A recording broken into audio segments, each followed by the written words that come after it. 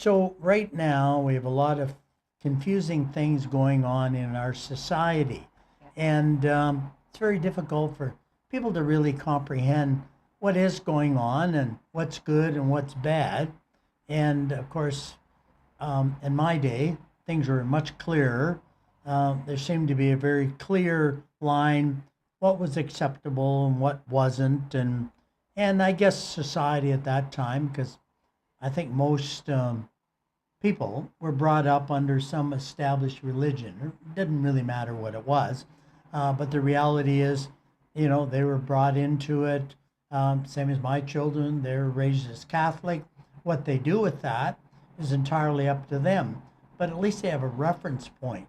And so now you have less reference points. So how do you get around it? What are your thoughts? You have lots of friends that are a lot younger than I am, and they kind of seem to have to fight their way through society all on their own without a reference. Yep. Yeah. I think I heard something interesting recently that's very interesting, and it was we can have a we can be on the same moral agreement that, let's say, it's not good to hurt other people, right? We can all agree that. But where I think the difficulty is now is, how do you define hurting people? How do you define these things that, okay, morally into, integrated into our being, we can agree on certain principles, but we don't know how to define them. And I think that's more of the problem, is how do we define things like hurting people? How do we define what's injustice and what is justice? Because we all agree on justice.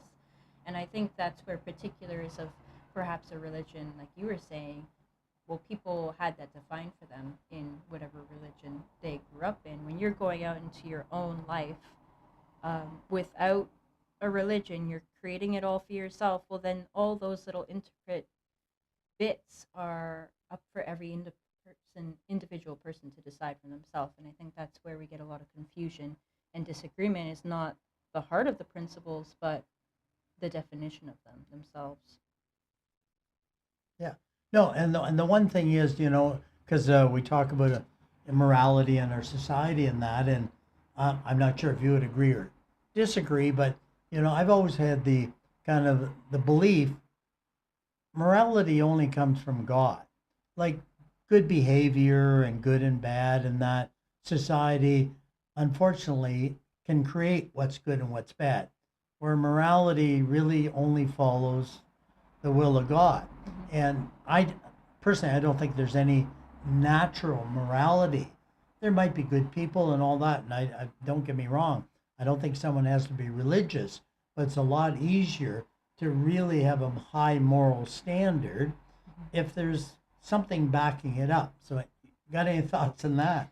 Yeah, you know what? It makes me think of the homily I heard this past recent weekend, where you don't need faith to believe in God, and I think that goes for certain core moral things as well. Is you don't, you can see the echoes of that. It's okay. Where does it come from? Someone? Is there an actual objective truth? Is there actually an objective way we can reach these like that these moral standards come from? And I think that's the question. I think I don't know if that quite answers your question, but that's what made me think of right away. Yeah, no, no. As a matter of fact, yeah, actually, because I was heard the same homily, it was quite interesting. But like some people go to church all the time and whatever, they think they're doing it for God. Well, you're not. You're not. God doesn't need anything from us. He needs us to follow His will and all that. But sometimes we think, well, gee, I went to church and I said some prayers, then God's going to reward me. God wants us to be close to Him and so forth. And you don't get a little gold star like our society seems to issue now just because you did one good thing. So anyway, it's kind of interesting.